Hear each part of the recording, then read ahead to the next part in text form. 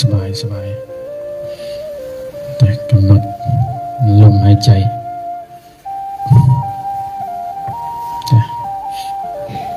ฟังธรรมตามสมควรแก่เวลาวันนี้ก็เป็นอีกวันหนึ่งวันพระพวกเราชาวบ้านก็ได้มาบำเพ็ญคุณงามความดีอีกก็ถือว่า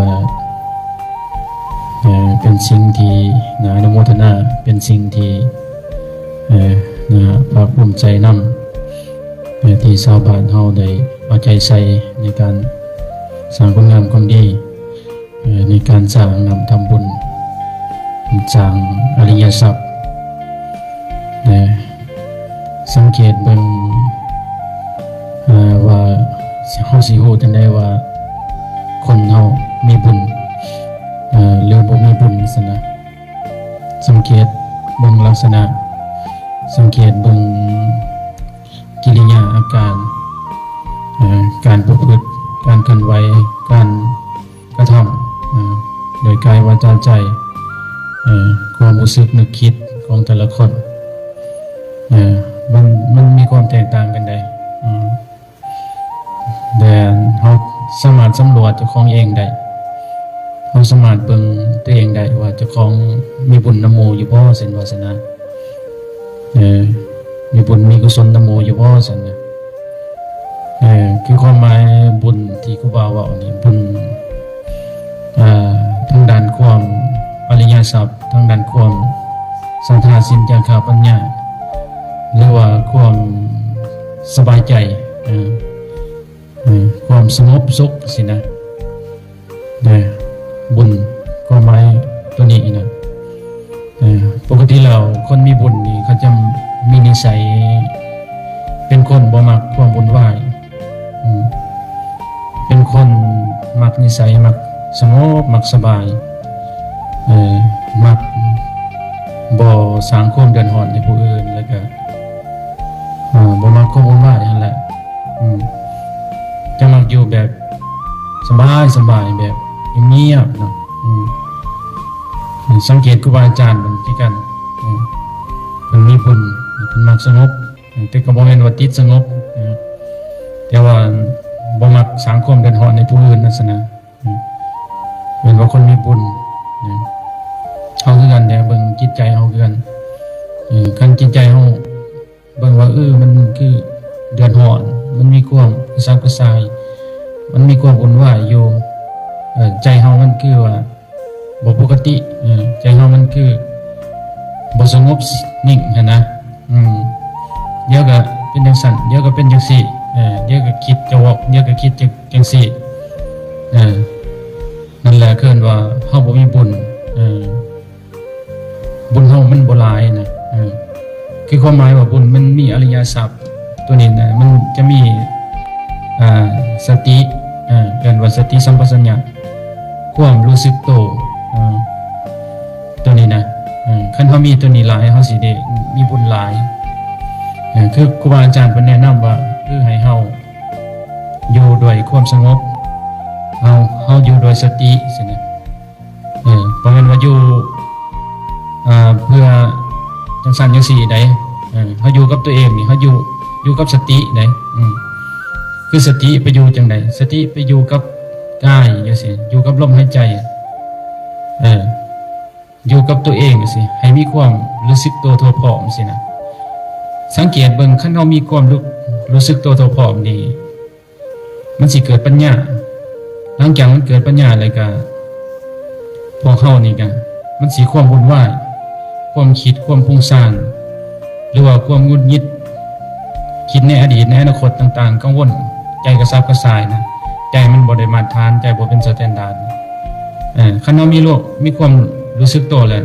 สิ่งเหล่านั้นมันก็สิเบาบางลงซะนะหลังจากสิ่งเหล่านั้นสิเบาบางลงมันสิเจอความสงบซะนะเฮามีเมื่อเฮามีความสงบแล้วมันสิสติมันสิเด่นเฮาก็อยู่กับสตินี่แหละเมื่อเฮาอยู่กับสติได้เฮาสิเบิ่งโลกเบิ่งภายนอกเบิ่งการ สิ่งต่างๆที่มันแสดงอาการของมันออกมาให้เราเห็นนะคือสิ่งต่างๆภายนอกมีอย่างเนี่ยสิ่งที่เราเห็นโดยตาสิมีอย่างไหนเราเห็นโดยตาคือวัตถุภายนอกบ่ว่าจะเป็นอุปธรรมแม่นเบิดล่ะเห็นโดยตาแล้วก็หูได้ยินเสียงกายถึงต้องสัมผัสใจถึงต้องธรรมารมณ์สินะเฮาเห็นโดยตาของเฮานี่เฮาสิรู้ว่าสิ่งดังกล่าวนั้นมันเป็นสภาวะธรรมชาติของมันจังซั่นมันแสดงอาการออกมาให้คือความคือจังซี่ละเฮามาเจอกันอีกบ่ดนเฮาก็จากกันเห็นว่าสินะคืออีกบ่ดนก็คือเฮาก็กลับบ้านกลับซองกลับนั้นกลับนี้แต่ว่ามันเกิดขึ้นแล้วก็ตั้งอยู่แล้วก็ดับไปนะนี่ปรากฏการณ์ของธรรมชาติปรากฏการณ์ของรูปธรรมนี่บ่แม่นว่าเฮาสิเบิ่งกันแบบเจาะๆได้เบิ่งกันแบบยาวๆสินะคือสังเกตเบิ่งคือเคยบอกตลอดชีวิตแต่ละคนสิเป็นผู้ใดก็สร้างชีวิตคือเวลาคือชีวิตสินะจะได้จะว่าชีวิตคือเวลาคือชีวิตมันการเดียวกันเพราะว่าเวลาเขาใส่ไปอุปมาอุปไมยเหมือนเขาจูดเทียนเล่มหนึ่งนี่เขาจูดบางครั้งมันก็กินไว้คือไฟมันไหม้ไว้มันก็ลวกมันก็เบิดไว้สินะชีวิตคนเฮาคือกันเนี่ยคันเฮาใส่มันหลายแต่ใดมันก็เบิดไว้นะมันมีจำกัดเวลามันเบิดเทียนก็คือเบิดชีวิตก็คือเบิดเวลาของเฮาของแต่ละคนเนี่ยนะคือเฮาใส่มันหลายเกินไปจังได๋เวลาเฮาใส่มันนั่นก็คือเฮาใส่ด้วยทางอบายมุขจังซี่นะโดยที่เฮาใส่โดยความประมาทสินะตัวอย่างบางคนเอาไปกินเหล้ากินยาแล้วก็เมาแล้วก็เฮ็ดให้ชีวิตเฮาสั้นบางทีก็เกิดอุบัติเหตุตายบางทีก็ไปหันไปนี่ก็ตายไปคันบ่ตายอุบัติเหตุก็ตายคือเฮาเสพยาเสพกินเหล้ากินยาสิบางครั้งก็เฮ็ดให้สุขภาพร่างกายมันทรุดโทรมไว้อ่อนเพลียตับแข็งหรือว่ากระเพาะบ่ดีหรือว่าเป็นจังซั่นจังซี่สุดท้ายมันก็เบิดไว้เทียนเล่มนั้นนะหรือว่าชีวิตของเฮาหรือว่าการเวลาของเฮามันก็เบิดไว้โดยการที่เฮาบริโภคปัจจัย4สิบางครั้งก็การกินเป็นนำการกินบางครั้งก็เป็นนำสถานที่อากาศก็มีส่วนบางครั้งก็เป็นนำบุคคลอ้อมข้างการอยู่อาศัยสิการอยู่อาศัยนี่ก็สำคัญคือกันได้เฮ็ดให้ชีวิตเฮาสั้นขึ้นบางครั้งอยู่นำคือเพิ่นเว้าว่าขับกายอยู่ได้ขับใจอยู่ยากสินะอยู่นำบุคคลที่บ่พอใจให้เฮาอยู่จังซี่นะหรือบางครั้งก็แต่ละมื้อแต่ละวันนี่จมให้กันอยู่แต่ละมื้อแต่ละวันนี่ก็เอาอารมณ์ที่เป็นบ่พอใจอารมณ์นิทารมณ์อารมณ์อนิทารมณ์อารมณ์พอใจอารมณ์บ่พอใจสินะบางครั้งส่วนหลายอารมณ์บ่พอใจอยู่เอาอยู่นำกันเมื่ออารมณ์บ่พอใจก็เว้าให้กันซบๆแซ่ๆหรือว่าให้กันด่ากันจมให้กันแต่ละมื้อแต่ละวันจิตใจมันก็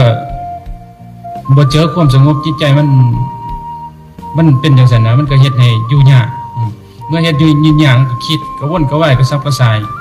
สุดท้ายก็ชีวิตสั้นคือกันได้เป็นเอิ้นว่าสภาพอากาศหรือว่าผู้คนหรือว่าสถานที่ก็เฮ็ดให้เฮาอายุสั้นฉะนั้นก็ได้ว่าเฮาใช้ชีวิตแบบใช้มันเกินไปนะชีวิตของเฮามันก็ได้สั้นไว้เหมือนเทียนมันถึกลมถึงยังพัดบางครั้งคันบ่มีลมมาพัดมันก็กินปกติซั่นนะมันก็ไม่ปกติแต่ถ้ามีลมมีหยังมาพัดมันก็ลวกเอาไปไว้เอาไปสภาพอากาศข้างนอกมันก็ไม่ไว้ซั่นชีวิตคนเฮาคือกันสินะอันนี้แหละบุคคลเฮาคือกันน่ะถ้าว่าเฮามีสติสินะมีสติ มีความรู้สึกตัวเท่าพร้อมอยู่กับสติสิเขาสิเห็นข้างนอกมันเป็นธรรมศาสตร์จังซี่เด้มันเป็นปรากฏการณ์จังซี่เด้ถึงว่าบัดเวลาเฮามีสติสิเฮาสิเลือกเป็นเอาตั้งแต่สิ่งที่เป็นประโยชน์ซั่นนะคือเป็นสิ่งที่คุณเอาเลือกเป็นเอาสิ่งที่แต่เป็นคุณซั่นนะสิบ่เอาสิ่งที่เป็นโทษซั่นนะคือเป็นคุณจังซี่นะเช่นว่าผู้ใดมีคุณกับเฮาตัวอย่างว่าเฮามีครอบครัวเฮามีพ่อเฮามีแม่เฮามีสิ่งดังกล่าวเฮาก็มีความกตัญญูเป็นคุณเด้เฮาก็บ่ได้เบียดเบียนเพิ่นเด้อันว่าเฮาเลือกเอาสิ่งที่เป็นคุณคือเช่นว่าคือเพิ่นว่าสีเลนะสุขติยันติสีเลนะโภคสัมปทาสีเลนะนิพุติยันติตัสมาสิลังวิโสทะเยสินะศีลน่ะสินะคือการฆ่าการลักการประพฤติผิดประเพณีกันตัวกันดื่มของมึนเมาสินะมันก็มีในอีกข้อนึงอันนั้นที่ว่ามีการฆ่าสัตว์จังนะแต่ถ้าเฮาฆ่าสิ่งที่เป็นคุณสินะตัวอย่างว่าคือสัตว์น้อยสิมันก็มีคุณจำนึงซะนะบัดนี้ใหญ่ขึ้นไปคืองัวควายประเภทมันแก่ขาดแก่ไถให้เฮาหรือว่ามีหั่นล่ะมีสิ่งที่ดีต่อเฮาซิคือแบะสิมันก็ขี้ใส่กาแฟให้เฮามันก็วิตคุณโยซะนะแต่ถ้าเฮาไปฆ่ามันซะฆ่าสัตว์ที่มันเป็นคุณหลายตัวใดเฮายังมีโทษหลายตัวนั้นได้ตามในตำราในพระพุทธเจ้าเพิ่นกล่าวเช่นว่าคือการเฮายับขึ้นมาอีกเฮาฆ่ามนุษย์สิฆ่าคนทั่วไปสิหรือว่าเว้าไงคือบางคนฆ่าพ่อฆ่าแม่สิเนี่ยแฮงมีโทษหลายเพิ่นว่าเกินว่าอนันตริยกรรมกรรมหนักเลยเพราะว่าพ่อแม่มีพระคุณหลายซั่นนะพ่อแม่มีอันน่ะให้ทุกสิ่งทุกอย่างเฮาไปทำลายเพิ่นเฮาก็ได้ทำลายสิ่งที่เป็นคุณนะเมื่อเฮาทำลายสิ่งที่เป็นคุณมันก็ได้เป็นโทษหนักซั่นนะก็ได้ว่าเ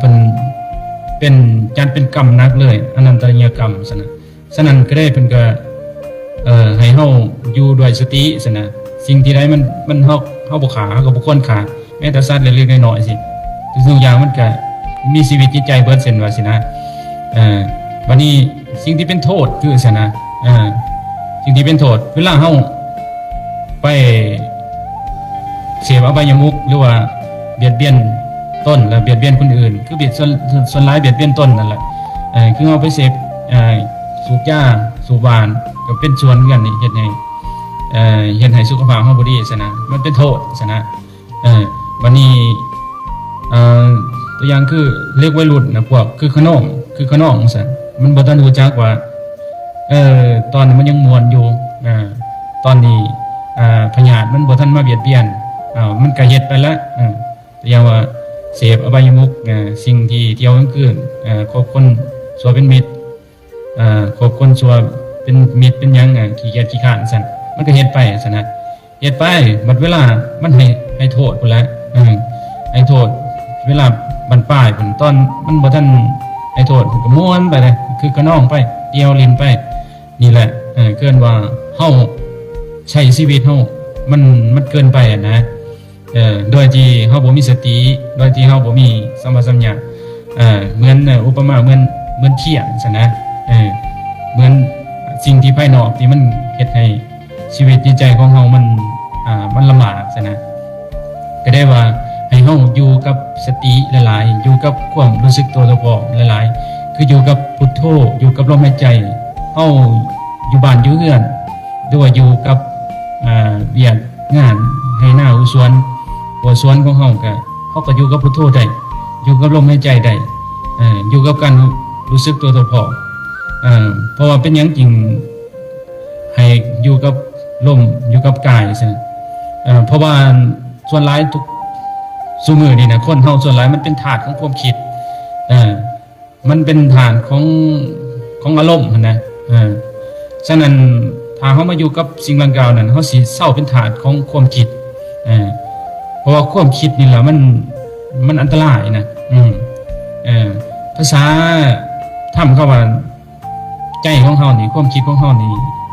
ปกติแล้วมันจะไหลสู่ที่ต่ำตลอดเนี่ยส่วนหลายนะคันเฮาสติบ่ฮู้ทันหรือว่าเฮาบ่อยู่กับกายสติเฮาบ่ดีซั่นน่ะเฮาจะหยุดมันบ่ได้เฮาจะเบรกมันบ่ได้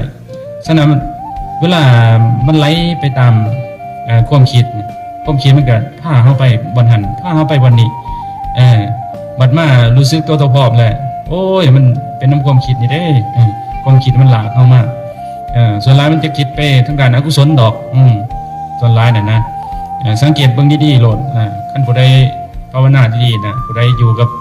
พุทโธผู้ใดอยู่กับลมหายใจได้นะสังเกตโลดมันสิเห็นความคิดมันสิเกิดพุทพันเกิดขึ้นดอกแต่ถ้าผู้มีสติระดับหนึ่งมันก็สิเห็น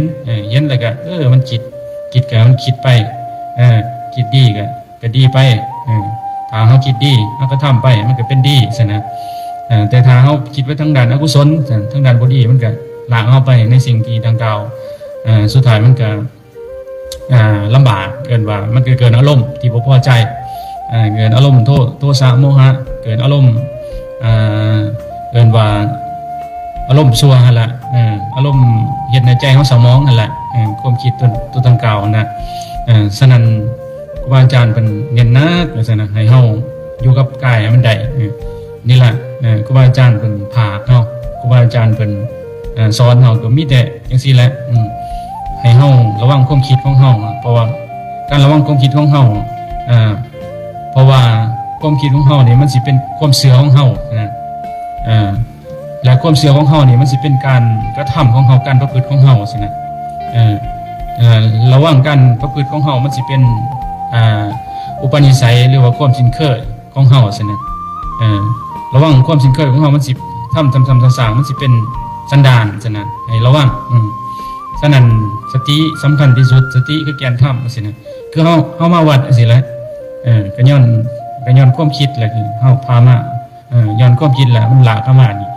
มื้อนี้วันศีลมื้อนี้โอ้8คำโอ้มื้อนี้ไปใส่บาตรเนี่ยมันคิดทั้งดันภายดีก็ได้กะเกียมก็ได้หางกะเกียมของใส่บาตรญาณนับก็ได้พากันมาก็มาได้ซ้ำนี่บางคนเขาคิดว่าท่านเขาก็บ่ได้มาซั่นบางคนผู้คิดท่านก็มาได้ซั่นก็น่าอนุโมทนาคือเอาไปเยี่ยมครูบาอาจารย์บ่อนอื่นบ่อนไกลคือกันเนี่ยเพิ่นก็บ่ได้มีอีหยังผางเฮาได้ก็มีแต่สิ่งเดียวนี่แหละมีแต่ธรรมะนี่แหละยังไงเฮาทำดีเด้อเช่นว่าเพิ่นบอกเฮาอย่าไปคบเอาไปยมุกเด้ออย่าไปคบคนสวดเป็นมิตรเด้อให้อย่าขี้เกียจขี้คร้านเด้ออย่าเที่ยวลิ้นกลางคืนซั่นนะอย่าติดการพนันเด้อซั่นน่ะเพิ่นบอกให้เฮาซั่นนะมันเป็นประตูแห่งความเสื่อมเพิ่นก็บอกเฮานั้นเป็นธรรมะเบิดเพิ่นบ่ได้มีเหล้ามียาเด้ตอนรับเฮาสังเกตเบิ่งคันเฮาไปเพื่อนพี่น้องหรือว่าไปบ่อนอื่นบ่อนไกลที่ว่าใจพูดนอกจากวันว่าศาสนาสินะมันก็ลากจะไปแล้วแกลากข้อจะไปหันนั่นหันนี่บางครั้งก็ย่อมา 2-3 ลังให้เจ้ามกบนย้อนแล้วเจ้ากินบ่เบิดก็จับยัดปากใส่ซั่นน่ะจับแก้วใส่ปากยัดใส่ซั่นน่ะมันจะแตกต่างกันได้เวลาเอาไปครูบาไปหาครูบาอาจารย์ไปหันไปนี่เป็นว่าครูบาอาจารย์เป็นพาไปกับคนปุถุชนหรือว่าคนอันนั้นพรรคพวกเขาส่วนหลายพาไปมันจะแตกต่างกันได้มันจะไปคนละอย่างเลยไปกับไปคือกันแต่ว่าต่างแต่ว่าไปในทางที่กันว่าไปหาคบบัณฑิตไปหาคบนักปราชญ์ไปแสวงบุญซะนะไปกับไปคือกันขี่รถขี่ล่างไปกันอันนั้นไปคือกันยางไปคือกันต่างแต่ว่าเวลาประโยชน์มันได้มันจะแตกต่างกันซะนะฉะนั้นเพิ่นก็ได้ว่าสักส่วนไปในสิ่งที่ดีซะนะบ่แม่นว่าสักส่วนไปหาอบายมุขไปหาเที่ยวไปหาเล่นกินเมาเสียสุขภาพเสียเงินเสียคำเสียทุกสิ่งทุกอย่างนั่นแหละมันจะแตกต่างกันมันก็แม่นอยู่มวนตัวอย่างว่ามวนชั่วคราวเวลาเมามันก็มวนน้อยนึงเหมือนเวลาหยุดเมาแล้วบัดนี้เวลากินเข้าไปแล้วก็เฮือนปินทั้งปินยังต่างๆเนี่ยเมาเลยเฮ็ดไปเลยผิดศีลผิดอันนั้นก็เลยคุมสติบ่ได้สติมันบ่ดีอยู่แล้วก็ได้ให้สติเจ้าของเสื่อมต่ออีกซะนะ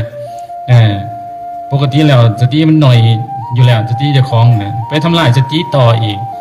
สุดท้ายก็ได้ลุกขึ้นครับเสียทั้งสติเสียทั้งสุขภาพเสียทั้งเงิน เสียทุกสิ่งทุกอย่างเสียถึงการเวลาทำมาหากินเช่นว่าชนะมันจะแตกต่างกันศาสนาฉะนั้นเฮาต้องเข้าใจว่าครูบาอาจารย์มันสักส่วนไปมันเป็นประโยชน์จังได๋มันเป็นโทษจังได๋มันมีคุณจังได๋ซะมันก็เอาแต่ธรรมะนี่แหละพากันการทำคุณงามความดีนี่แหละเพราะว่าเฮาบ่ว่าได้สร้างใดๆบ่ว่าจะประเทศใดๆเฮาก็มีพรเดียวกันเช่นว่าสินะพรหยังพอก็คือพระพุทธเจ้าผู้เดียวกันกิเลสมันก็คือการเบิดทุกคนนั่นแหละบ่ว่าตั้งแต่สัญชาติใดเชื้อชาติใดฝรั่งอเมริกายุโรปเอเชียก็กิเลสอันเดียวกันนั่นแหละความโลภความโกรธความหลงคือกันนั่นแหละต่างประเทศหายมันก็หายคือกันนะแลหน้าดำเลือดขึ้นหน้าคือกันนั่นแหละนี่แหละเกินว่าความโกรธเฮามีพ่อแม่ผู้เดียวกันเฮาบ่ได้แบ่งแยกว่าเป็นสัญชาตินั้นเป็นสัญชาตินี้ว่าแต่เฮาปฏิบัติตามคำสั่งสอนของพระพุทธเจ้าก็คือว่าพวกนั้นมีเบิดซั่นนะเป็นว่าอย่าประมาทในแก่ทั้ง3ภัยขี้ขานบนเจ้าซึ่งลงนี่ครูบาอาจารย์เพิ่นบอกอย่าประมาทในพระพุทธพระธรรมพระสงฆ์สินะถึงว่าเพิ่นสิอยู่ไสเฮาก็ให้ความเคารพนับถือเพิ่นเพราะว่าเพิ่นปฏิบัติตามธรรมตามวินัยตามข้อวัดของพระพุทธเจ้าเด้บ่แม่นว่าปฏิบัติตามกิเลสของเพิ่นเองนี่บ่แม่นเด้ฉะนั้นเฮาต้องเข้าใจว่าการที่ชักชวนไปการที่เฮาพาไปจังซั่นมันบ่ได้บ่แม่นว่าไปแนวอื่นนะประเทศชาติยังก็สร้างแต่ว่าเฮาก็เอิ้นว่าเฮาไปหาพระพุทธเจ้าไปคบบัณฑิตไปคบพ่อแม่ครูบาอาจารย์ผู้เพิ่นสิพาเฮาพ้นทุกข์ผู้เพิ่นสิพาเฮาออกจากความทุกข์นั่นนะทุกข์นี่คือเหมือนทุกข์ในโลกคืออารมณ์จังว่าสินะความโลภความโกรธความหลงเฮามาปฏิบัติมันก็อยู่เย็นเป็นสุขในครอบครัวเฮาในบ้านในเมืองเฮามันก็อยู่เย็นเป็นสุขมันก็สงบสุขเย็นนะภาษานะว่าก็สิบ่มีหยังหลายก็อนุโมทนาบุญนำตอนญาติโยมสิ่งที่ควรมีคือปัญญาสิ่งที่บูชาคือบุญคุณพระกำจุนคือพ่อแม่พระสมแก่คือครูบาอาจารย์สิ่งเป็นนั่นคือความสัวความเมามัวคือความอยากความลำบากคือความเกียจคร้านใจเบิกบานคือบ่มีหนี้ใจพ้นปีคือใบยมกภายสุขคือธรรมะโดยคุณพุทธะจงชนะความขัดข้องโดยคุณพระธรรมอันดังรองจงชนะมุสันตุมานโดยคุณพระอริยสงฆ์ขอให้ทุกท่านเป็นสุขทุกสถานอันตรายใดๆก็จงแผ่วพานถึงมรรคผลนิพพานมีความสุขมีใจดีจะสบายทุกตนทุกคนก็ขาดเถิดสาธุสาธุสาธุอะนะโมทา